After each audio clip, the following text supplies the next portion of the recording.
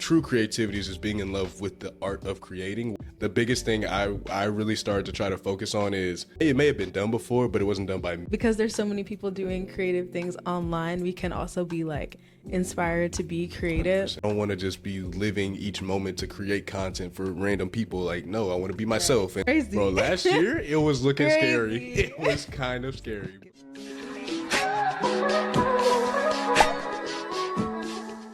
Hello and welcome back to another episode. I am so happy to have you here today. As you know, in today's day and age, there are so many creatives. And it's honestly such a beautiful thing to see everybody expressing themselves and really just inspiring each other to share and put what they believe is important out into the world. At the same time, it can be very difficult to kind of stay genuine and find what really matters to you when there's so many images of things to pull from. So today we're going to be talking about authentic art, and I have who I believe to be the perfect guest for this topic, Jalen. Do you want to introduce yourself? Yeah, I can introduce. Hi, my name is Jalen Gunter. I'm like you said, a fellow creative per se. I make content, model, styling, all of the above. Whatever creative endeavor I can, try out. That's what I'm doing. And yeah, I'm glad to be here and have this conversation. I love to talk, so be ready for that. Yap sesh. Awesome. So first question, you spoke a little bit about what you do. Mm-hmm. How did you find out that that's what you love to do? That's very diving right in. Deep, no, for real, head first. So I think for me, it was something I didn't really know. I didn't have like this pivotal moment where it's just like, oh, I love this. It was something that I think I fell in love with as I fell in love with the journey of it. And each one kind of in different ways. Like, let's see, content creation, I think was one of the first-ish kind of things I did. I started making TikToks, I think 2022, something like that. So I think it was my junior year in college, 2022. I saw people making TikToks. I'm like, I can do that. So I started making them about like fashion because that's what I was into. And initially they were just like very bland. Like it was just like, here's my outfit. That was it. But as I did it, I just kept like developing, and like I kind of started doing it every day, and I'd had to do like a fit of the day every day. Like it became like just a part of my routine. Like literally, day. So like you've been doing this every day. It really like that's that. Amazing. It really was one of those things that was just like, I'm a creature of habit, so once I integrate into my schedule, it's part of my schedule. So like before I left, I would literally like set my camera up, like just show me like getting ready, like doing a little snap and I got my clothes on kind of thing. Transitions. Like little things like that. Mm-hmm. And over time, like I would, pick up, tips and tricks and stuff. And people, initially it was just like a fun thing, but people started actually like engaging with it, and they'd be on campus like, oh, did you do a fit video today kind of thing? And I was like, I mean, but asking, like. I was like, yeah. And so I fell in love with like the process of it, and just like seeing how confident it kind of made me to like just put myself out there, especially now looking back, because some of the videos suck and them outfits suck. That's like so that real. Was the like really so it's like whenever you like look back at your page, like, man, I literally am so tempted every day to like delete all my old YouTube videos. Don't take that as like a plug to go watch them. But no, definitely, you should definitely watch them. Don't please. That's really cool though. So content creation, and then fashion is something you always love. Fashion for sure. That's really cool. And then modeling is kind of like a good combination of the two. You're kind of like modeling low key by yourself at home, and then you brought it out the house. That's facts. It was actually very random how I got into modeling. It started, a lot of things just like happened at Howard. I credit that school to that's a very creative school, and it really helped me learn about my creativity. This is the rose that grew out the concrete. It's just because someone's probably not moving at that stop sign. There's a lot of sounds out. Like there's a wow. Brief intermission. No, brief intermission for sure. Okay, back to the topic. No, the way you just like tried to segue right back.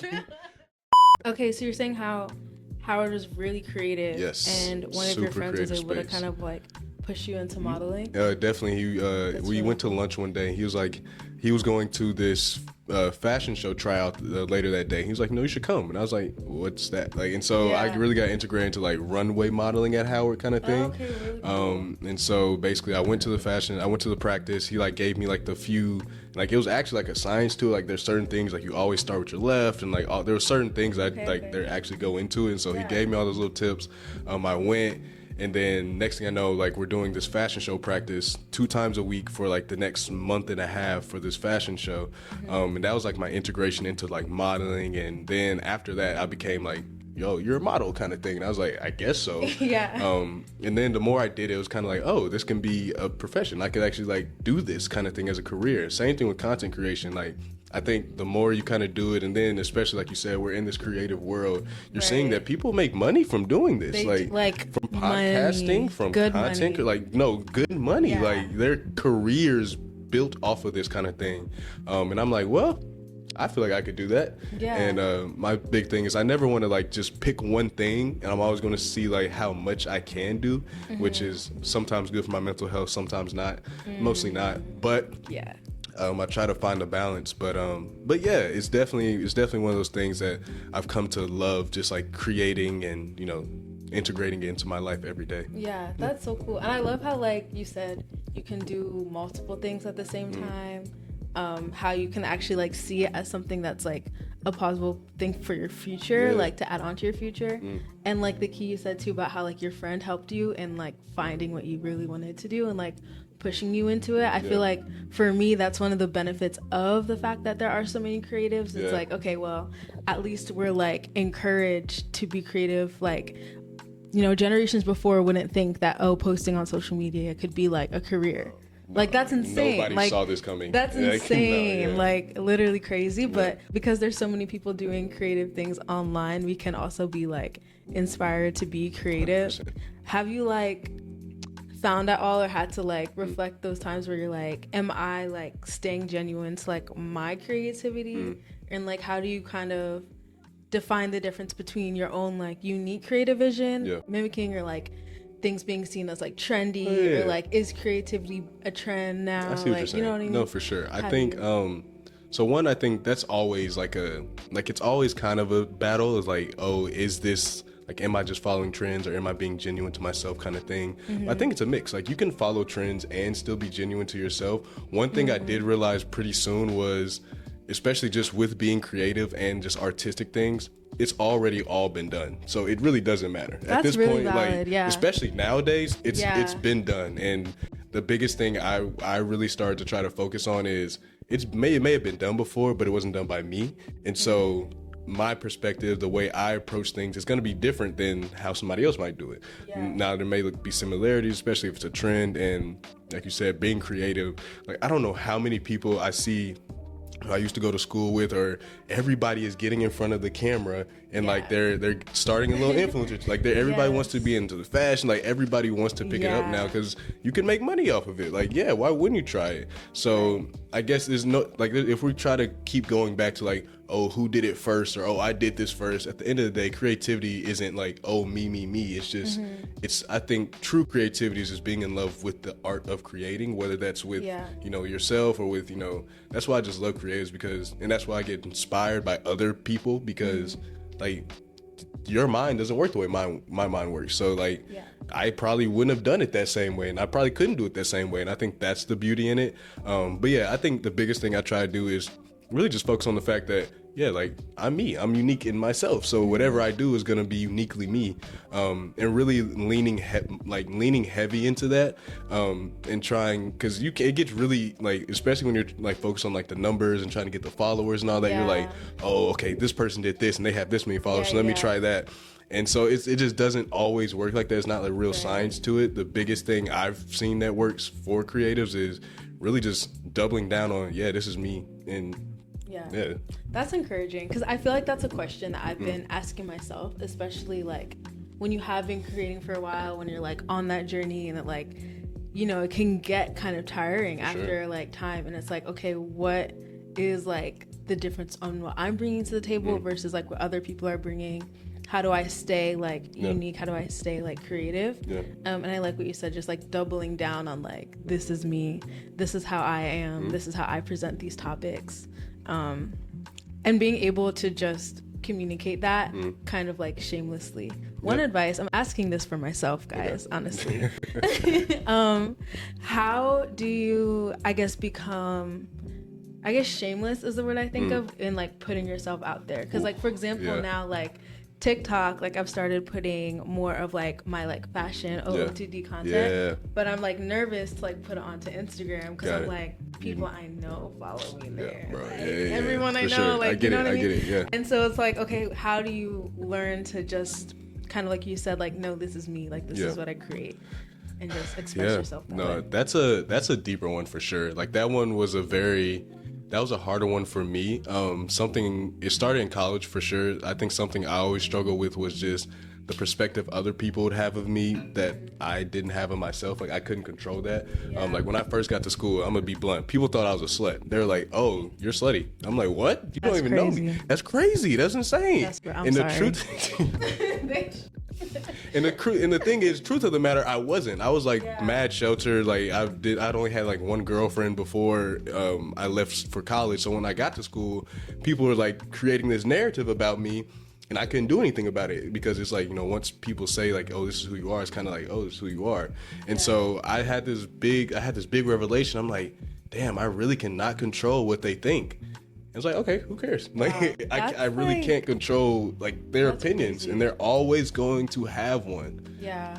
Wow. That's like textbook definition of you never know like what the hard thing you're going through is for. At all. Because you wouldn't have probably thought like that. Because that's really tough, honestly, to deal with. The fact that like now years later you already have like that tough skin to just be able to like, so now it's different. I'll put on a skirt or I'll do like all types of like just putting myself out there. It's just because I don't like I can't begin to care anymore. Right. Like, and I think the bigger thing, especially as a creative, it's at the end of the day, when you're creating something, you know what you're trying to create. You know what the end point is supposed to look like. So why care about anybody else's opinion? You don't even know what I was trying to do. Like it kind of matters more to you because it's yours rather than for somebody else. That's so true. Just focusing on why are you doing it? Like, are you doing it for them or are you doing it for you?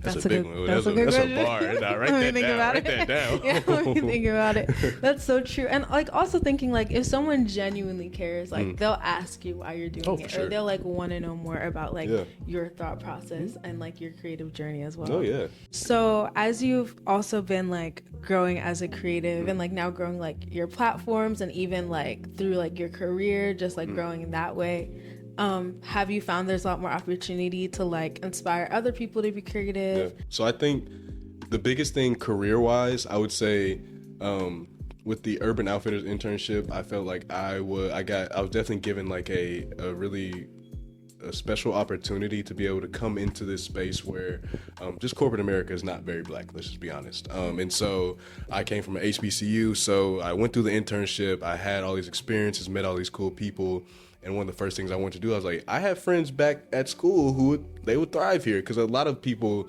like, as we're getting out of school, we don't know what we want to do. Like, bro, the biggest thing my mom, just get a job. Do like, we're trying to survive and sustain ourselves. And I think especially as creatives, I don't know if corporate America is like the final destination for us. Like it's kind of one of those segue things.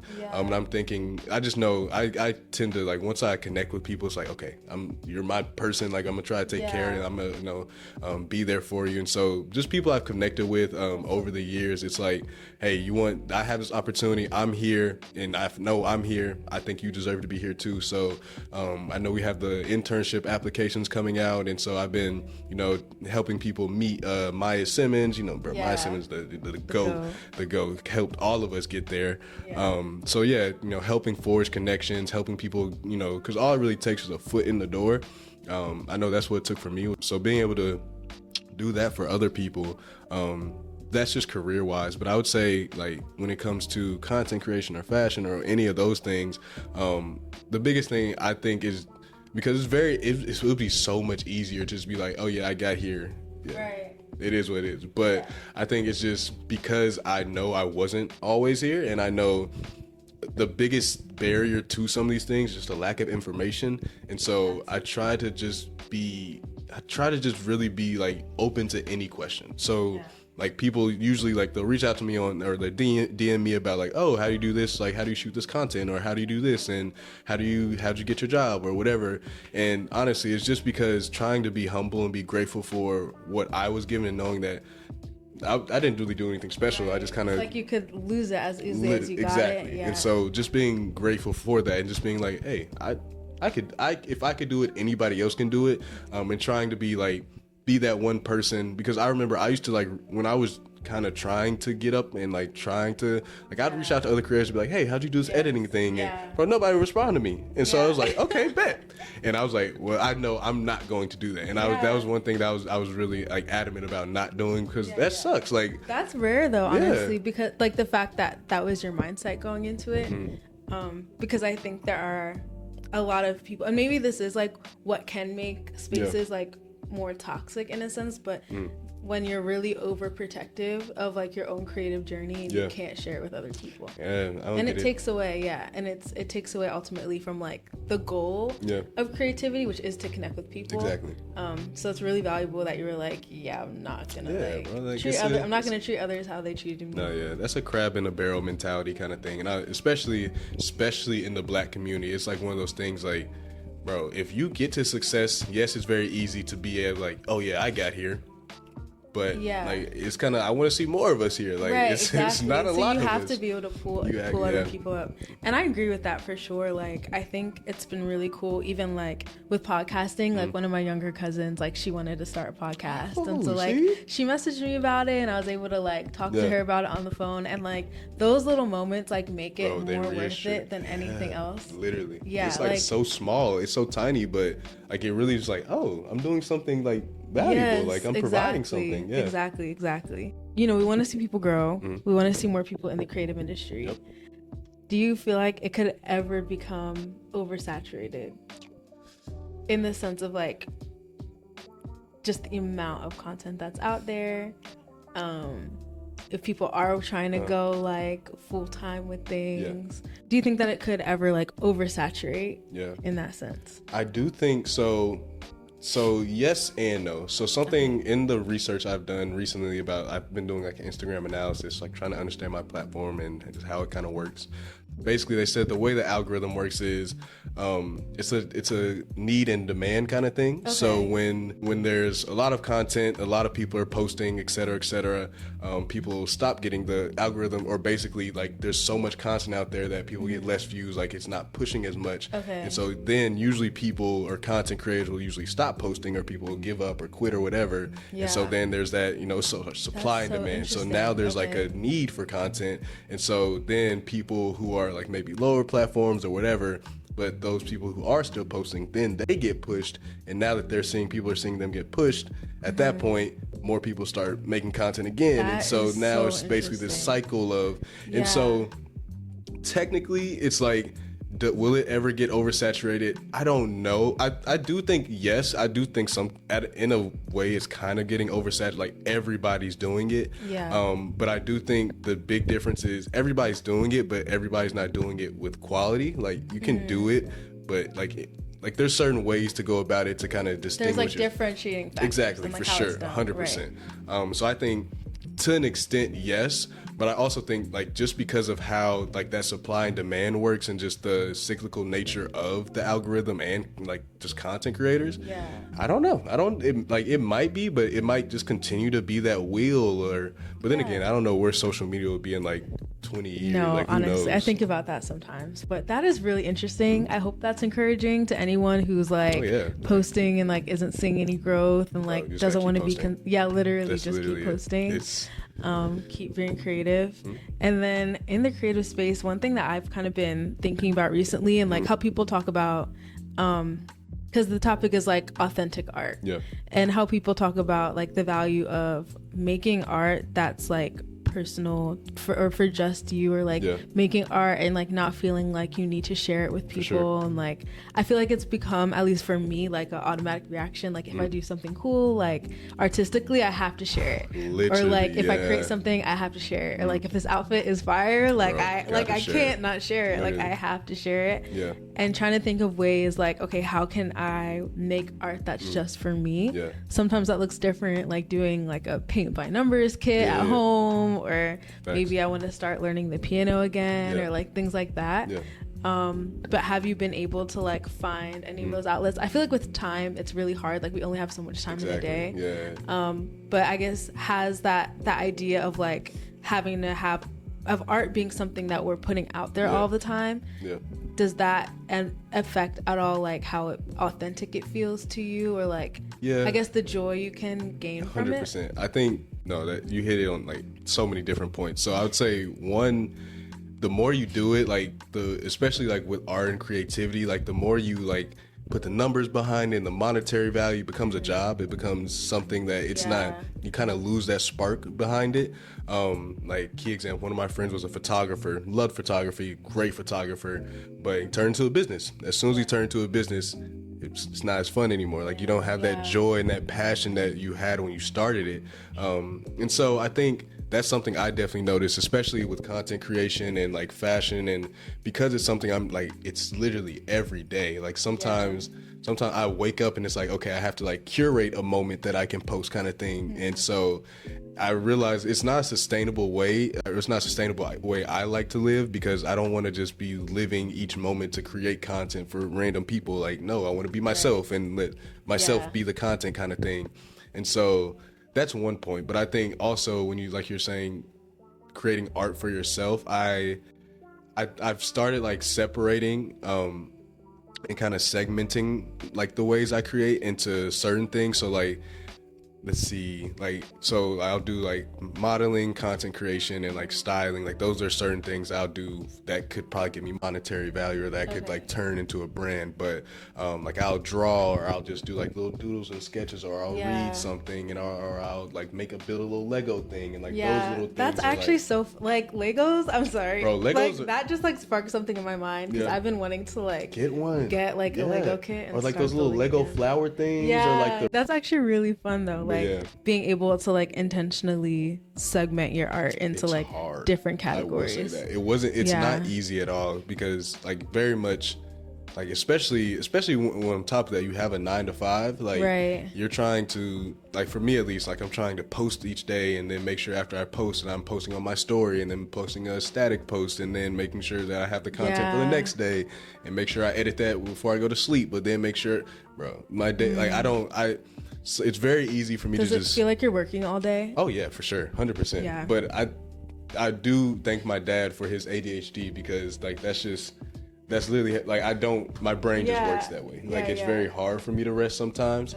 And so it's not, and that's why I say it feels natural, which is like, I'm like, okay, but I do know it's sometimes not super sustainable and healthy, which is why I've like implemented those other, just for me kind of things. Like I doodle and like listen to music. I feel like that goes to the point where it's like everyone is different. Like can maintain your like unique creativity, like your unique journey, and like find out like what works for you 100%. Like specifically. No, you talked a little bit about like the balance between like work and creativity. I think a lot of people who are pursuing creative passions, whether it is content creation, dance, music, like whatever it is, they're doing it after working hours. For sure.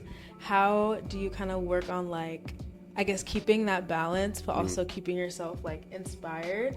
Like I think for me, one thing I had to think on was like, okay, my goal, I had a plan, guys. I had a master plan in my head when I was like finishing school, because I went to like a school where technically I was supposed to have like another year. So I was like, okay, I'm gonna drop the year, hopefully get this internship, work my butt off, she got it, get a job. God is good. That's all I'm gonna say. All the time. Because I'm here. Like, what happened? Like, crazy. Bro, last year, it was looking scary. It was kind of scary. No, yeah, but continue. Yeah, was able to get the job, and then I was like, okay, after I like get that all figured out, I'll put like my energy back into my content. I'll be consistent, like for real, no excuses. But then I had to sit and reflect on like, okay, I know I want to put effort into this, but I still want to be doing well, like where I am. Exactly. Like I kind of worked literally for, at this point, 20 years of my life to be able to be at this position. I'm thankful to like be doing something I enjoy at like in my career. So like, how do I make sure I'm still growing and like actually learning while still having the energy to like be inspired and create? And I think, I mean, that kind of comes, like you said, being like training yourself to be able to be used to like working a lot, whether it's like because you're naturally tuned that way or like if you have to like push yourself to have that work ethic. But yeah, I guess just thinking about that, how do you balance it? I think so part of it is kind of like one of those, it's kind of like running for me. Like I used to hate running. I used to like running was so tiring. I used to walk the mile like they made you do, 100%. would walk it. They'd be like, run. I'm like, I'm not like I'm not running. Like my mile time used to be terrible. Like but then eventually like I consistently started running, and I would like run a mile, and I just go like, okay, I'm not gonna stop running. And then the next day I try to run a little farther, and then so just consistently doing it, your body gets used to it. That's one thing. So I think when it comes to balancing, like it may seem like a lot, but you don't really know until you kind of try and see like what it looks like. And like you said, really figuring out how it looks for you. Like some people might be able to wake up early in the morning and film some content. That's not me. I can't. Like I have to do it. I usually do it after the day, or like I have to have like, you know, I have to wake up and maybe do like some stretching for, like I can't just go straight up cold turkey. Oh yeah, making content or just getting on my phone. Like it just doesn't work for me. So it's really finding what works for you. But also I think it's just like, I feel like at some point it is like it's a long game, especially creating content. And that's something I have to remind myself about a lot. Like it's not like you're not gonna just be like, oh yeah, I'm gonna make 2 videos and I'm gonna like go really hard this one week and I'm gonna be 1 million followers. Bro, it doesn't work. Like, it really does not. Like I've been making content since I was like 2022. So I was 2019. Like I was making content since then. No real motion, nothing at all. Like, I didn't really start getting a lot of followers until May. Like that's when it really happened. So and so I think like it's the biggest thing is the mindset towards it. Like it's gonna be a slow and gradual thing, and when you know it's a slow and gradual thing, it's not as much work. It's like doing a little bit to build yourself every day. That's my issue, is that I feel like I have to do a lot all the time, and so that's why you really don't. Like and let's be honest, it's not that healthy. You could kind of like balance it out and like set a schedule, like take care of yourself for sure. But if you are hardwired to just be like, you can't sit down, well, be productive with it. And that's really what I was doing, like, because that's my thing. Like I'll have a lot of energy and I can do a lot of different things, but sometimes I would be like lazy and I'd just be like, you know, twiddling my thumbs or like playing on my phone kind of thing. I'm like, oh, I can use this energy to make content, or I can. So that's really good, because like, I don't know, it can definitely get like very tiring for sure. And I think it can be hard too when you don't like. I think one thing I struggled with was like, okay, is it like worth it? You know, and that's a great question. You know, like, how do you know it's worth it? I feel like, well, what is it? Right, like what makes it worth it, kind of thing.